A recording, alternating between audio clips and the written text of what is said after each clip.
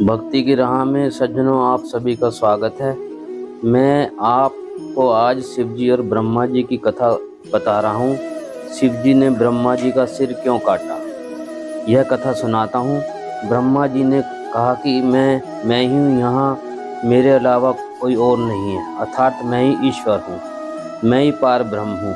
तभी उनकी नज़र नागसैया पर पड़े और कहने लगे, इस नागसैया पर विराजमान दिव्य पुरुष कौन है?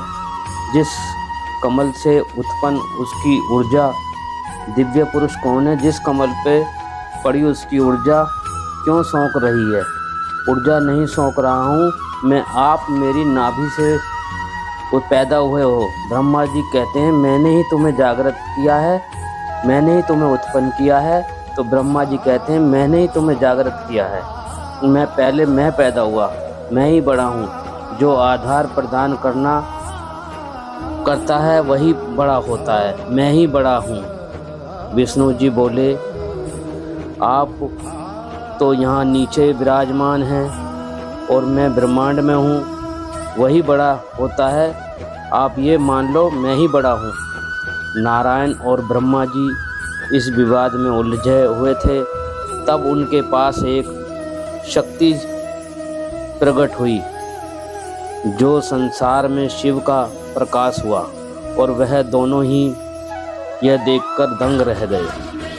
उस प्रकाश से आकाशवाणी हुई कि ब्रह्मदेव, आप सृष्टि की रचना के लिए उत्पन्न हुए हैं, और विष्णु जी, आप सृष्टि की पालन के लिए उत्पन्न हुए हैं।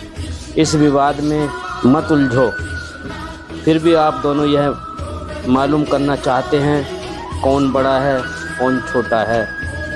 आप दोनों ही लिंग की दिशा में बैठिए, और जो पहले बढ़ेगा वही बड़ा होगा। यह सुनकर ब्रह्मदेव हंसकर सवार होकर ऊपर की ओर चल पड़े। वहीं विष्णु जी ने नीचे की ओर चल पड़े। रास्ते में ब्रह्मा जी को एक केतकी फूल दिखाई पड़ा। मालूम होता है कि इस लिंग का कोई अंतिम छोर नहीं है। मालूम होता है ये पुष्प भी प्रस्तुत करे कि मैं लिंग के अंतिम छोर तक पहुंच चुका, तभी मेरी जीत होगी। पुष्प ब्रह्मदेव को हाथ में आता है और ब्रह्मदेव कहते हैं, कौन हो तुम, यहाँ कैसे आए?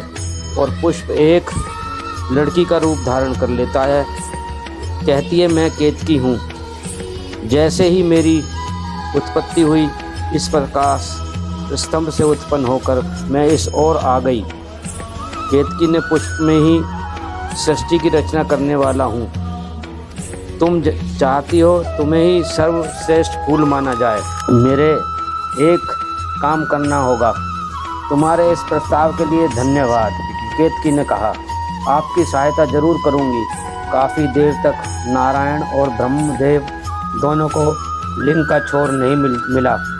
दोनों वापस अपनी जगह आ गए। शंकर जी ने कहा, लिंग का छोर मिला? विष्णु जी ने कहा, मुझे लिंग का छोर नहीं मिला। मुझे अब मालूम हो गया है, ब्रह्मदेव और मुझ में से कोई श्रेष्ठ नहीं है। ब्रह्मा जी बोले, मैं ही बड़ा हूँ। मैंने एक पुरुष, यही मेरा मैंने एक पुष्प देखा, यही मेरा गवाह है। मैंने एक प्रकाश पाया। अगर मुझ पर कोई संदेह है तो इस पुष्प से पूछ सकते हो। हाँ, ये बिल्कुल सत्य कह रहे हैं। ब्रह्मदेव ने मुझे इस लिंग के ऊपर ही पाया था। तभी उस प्रकाश ने महादेव का अवतार ले लिया, और शंकर जी ने कहा, तुमने झूठ बोला है, तुम झूठ बोल रहे हो। विजय प्राप्त करने की कोशिश की, इसलिए मैं तुम्हें श्राप देता हूँ। तुम्हारी ही सृष्टि रची हुई तुम्हारा ही पूजा नहीं करेगी। केतकी, मैंने तुम्हें अपना प्रिय पुष्प बनाने के लिए रचा था। तुमने झूठ बोलकर यह हक खो दिया है। मैं तुम्हें श्राप देता हूँ, तुम किसी भी पूजा में शामिल नहीं रखी जाओगी।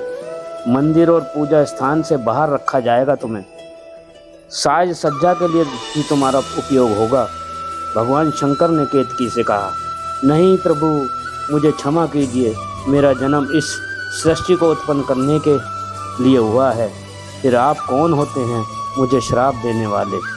आपके अहंकार ने आपके विवेक को हर लिया है, मुझे देख पाने में असमर्थ हैं। मैंने ही आपको उत्पन्न किया। आपके इस अहंकार को तोड़ना बहुत जरूरी है। इतना कहते ही महादेव उग्र रूप में प्रकट हो गए, काल भैरव रूप में ब्रह्मा को, और आपको इसका दंड अपना शीश देकर भुगतना होगा। काल भैरव ने ब्रह्मदेव का 5वां शीश काट डाला और इस तरह ब्रह्मदेव के अहंकार को नष्ट कर दिया। बोलो जय श्री राम।